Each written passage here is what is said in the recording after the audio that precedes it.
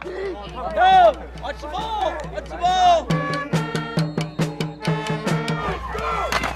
That's enough for an Eagle. First down. It's Friday night in the small community of Afton, Oklahoma, and the Eagles are up 12-0 against the Yale Bulldogs. There's nothing special about this play. It happens hundreds of times every week on fields all across Green Country. But the story of number 60, the kid who made the tackle, well, that is special. Afton's located an hour and a half northeast of Tulsa and is home to a little more than 1,000 people. The town revolves around its beloved high school football team, the Afton Eagles. That number 60, well, he's Kaleb Mackey. He's a senior, and he plays on both the Eagles' defensive line and offensive line, and he also has cerebral palsy. But that's not what this story is about. It was late spring of 1994, and Kaleb was just 6 months old when his mom and dad noticed something was wrong with their baby. He was around 6 months old, and his hand wasn't exactly doing what it should, and his foot was still turned in, and he was having a hard time doing some of the stuff he should have been doing. They ended up doing a CAT scan and MRI and said that he had a stroke. A stroke before he was even born. The doctor told his parents their son had cerebral palsy. A kid with CP has a hard time controlling the muscles in his body.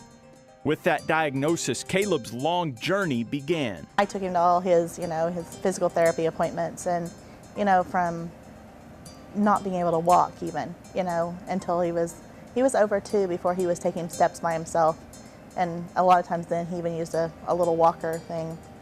Looking back now, he doesn't remember the rehab he went through.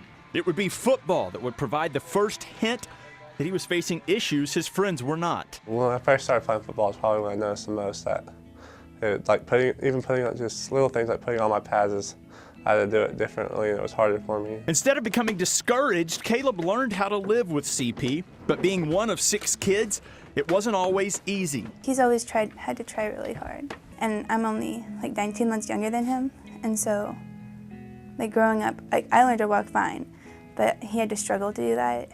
And I learned how to ride my bike, and then he had learned the next day how to ride his bike. Kaleb's 17 now, walking and riding a bike. Well, they aren't a problem anymore, and neither is taking on opposing players. He's learned how to overcome obstacles that to us are simple, everyday tasks. I gotta put myself in situations that I can handle, just everyday things that people take for granted.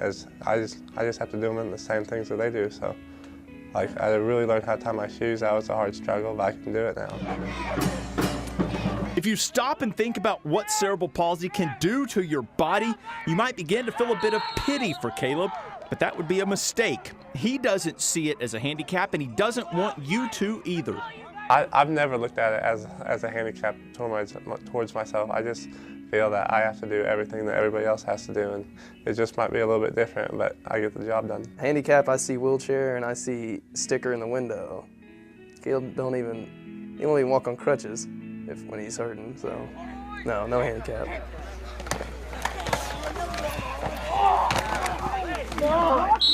And that's where the story of Kaleb Mackey really begins, because when you watch him play, he's as physical as anyone else on the field. And considering what he's had to overcome, well, it becomes pretty inspirational.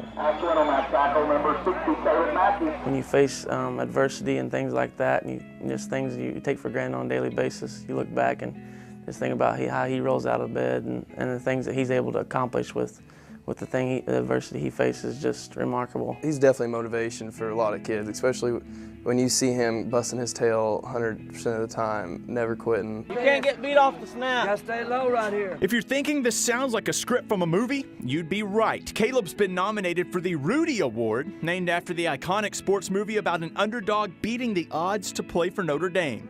Being an underdog is something Kaleb knows a thing or two about, and now that his playing career is over, he feels that he too has beaten the odds. It really has been a motivation, because I have to go out there every day and prove myself to everybody that I can play with them. You feel like you've done that though? Yeah, I feel like I've done that.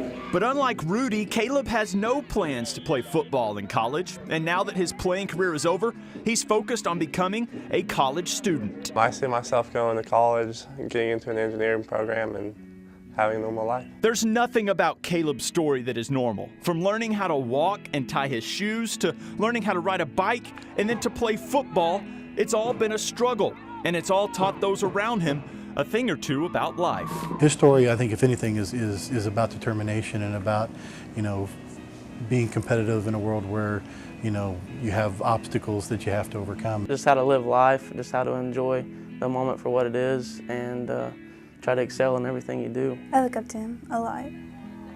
He's like one of my heroes. Let's go. Let's go.